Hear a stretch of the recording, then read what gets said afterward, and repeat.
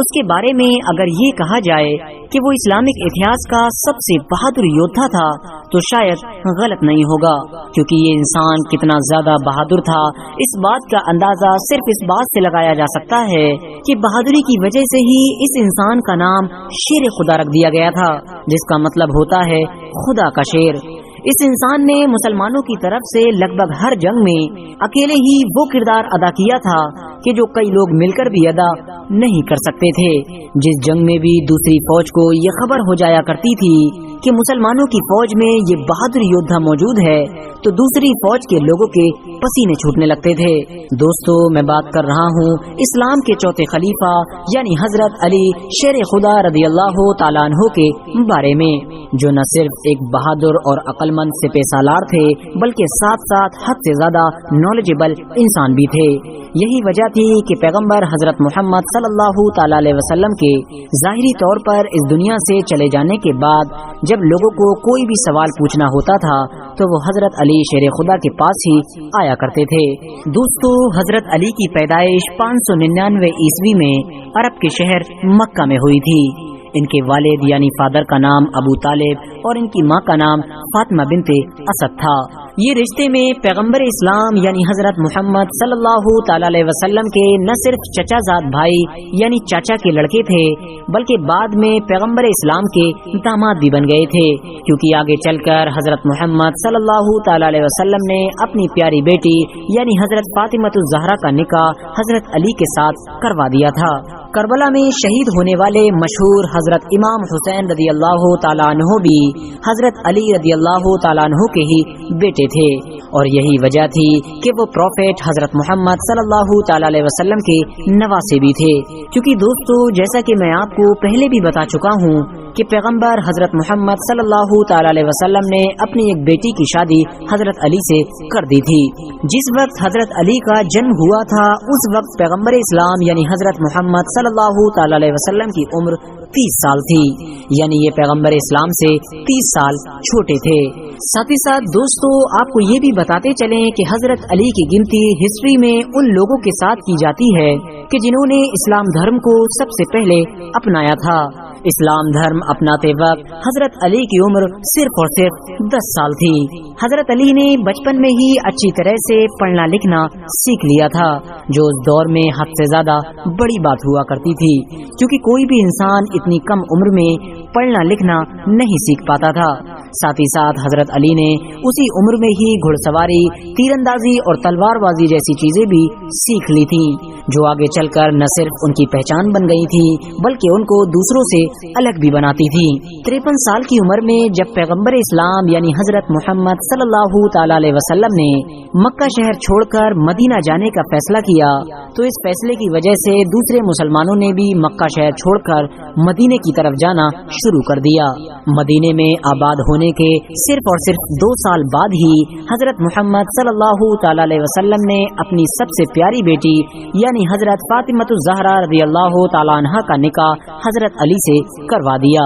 جس وقت حضرت علی کا نکاح پیغمبر اسلام یعنی حضرت محمد صلی اللہ تعالی علیہ وسلم کی بیٹی سے ہوا تھا اس وقت حضرت علی کے پاس صرف اور صرف ایک گھوڑا اور ایک زرہ موجود تھی۔ حضرت علی نے اپنی وہ زرہ حضرت عثمان رضی اللہ تعالیٰ عنہ کے ہاتھوں بیچ دی، جن کی گنتی اس دور میں سب سے امیر مسلمانوں میں کی جاتی تھی۔ حضرت عثمان غنی نے حضرت علی سے وہ زرہ 480 درہم میں خریدی تھی، اور زرہ خریدنے کے بعد اس زرہ کو حضرت علی کو یہ کہتے ہوئے واپس کر دیا تھا کہ یہ میری طرف سے تمہارے لیے نکاح کا تحفہ ہے۔ حضرت علی نے ان 480 درہم سے نہ صرف اپنے نکاح کے لیے سامان خریدا بلکہ اپنے گھر کے خرچے کے لیے بھی پیسے بچائے، اور ساتھ ہی ساتھ انہی پیسوں سے ہی مدینہ کے لوگوں کے لیے ولیمے کی دعوت کا بھی انتظام کیا تھا۔ حضرت علی کے نکاح کے کچھ دن بعد ہی یعنی اسی سال مسلمانوں کے اتہاس کی پہلی جنگ بھی پیش آئی تھی، یعنی اسی سال مسلمانوں کے اتہاس کی پہلی جنگ ہوئی تھی، جسے ہم اور آپ جنگ بدر کے نام سے بھی جانتے ہیں۔ یہ وہی جنگ تھی کہ جس کے بارے میں آپ اکثر یہ سنتے رہتے ہوں گے کہ 313 مسلمانوں نے 1000 سے بھی زیادہ لوگوں کو ہرایا تھا۔ دوستو، اس جنگ میں بھی مسلمانوں کی جیت میں اگر سب سے بڑا کردار کسی نے ادا کیا تھا تو وہ پیغمبر اسلام یعنی حضرت محمد صلی اللہ تعالی علیہ وسلم کے چچا یعنی حضرت حمزہ اور حضرت علی نے کیا تھا۔ اسی جنگ میں ہی ابو جہل نام کا مکہ کا وہ سردار بھی قتل ہو گیا تھا کہ جسے مسلمانوں کا سب سے بڑا دشمن مانا جاتا تھا۔ جنگ بدر کے بعد بھی مسلمانوں نے لگاتار کئی جنگیں لڑی اور لگ بھگ سبھی جنگوں میں حضرت علی نہ صرف شامل ہوئے بلکہ ایک اہم کردار بھی ادا کیا تھا۔ لیکن حضرت علی کو اتہاس میں جس جنگ کی وجہ سے سب سے زیادہ یاد کیا جاتا ہے وہ جنگ ہے جنگ خیبر، کیونکہ اس جنگ میں حضرت علی نے ناممکن کو ممکن بنا دیا تھا اور مسلمانوں کو جیت دلا دی تھی۔ دوستو ہوا یہ کہ عرب کے علاقے یعنی خیبر میں 8 قلعے موجود تھے۔ جب مسلمانوں کی فوج نے اس علاقے پر اٹیک کیا تھا تو ویسے تو لگ بھگ سبھی قلعے ایک ایک کر کے بڑی آسانی کے ساتھ فتح ہو گئے تھے، لیکن قموس نام کا وہ ایک قلعہ کہ جو سب سے زیادہ مضبوط مانا جاتا تھا اور جسے جیتنا بالکل ناممکن سمجھا جاتا تھا وہ فتح نہ ہو سکا تھا۔ بہت زیادہ کوشش کرنے کے باوجود بھی مسلمانوں کی فوج کچھ نہ کر سکی تھی۔ پہلے دن اس قلعے پر حملہ کرنے کے لیے پیغمبر حضرت محمد صلی اللہ تعالی علیہ وسلم نے حضرت ابو بکر صدیق کو فوج کے ساتھ بھیجا تھا، لیکن یہ قلعہ فتح نہ ہو سکا تھا۔ دوسرے دن حضرت عمر رضی اللہ تعالی عنہ نے بھی ایک بڑی فوج کے ساتھ اس قلعے پر زبردست حملہ کیا تھا، لیکن وہ بھی اس قلعے کو جیتنے میں کامیاب نہ ہو سکے تھے، جس کی وجہ سے اب مسلم فوج کی ہمت ٹوٹتی جا رہی تھی۔ لیکن پھر اچانک سے پیغمبر حضرت محمد صلی اللہ تعالی علیہ وسلم نے اپنی پوری فوج کو جمع کیا اور پھر ان سے خطاب کیا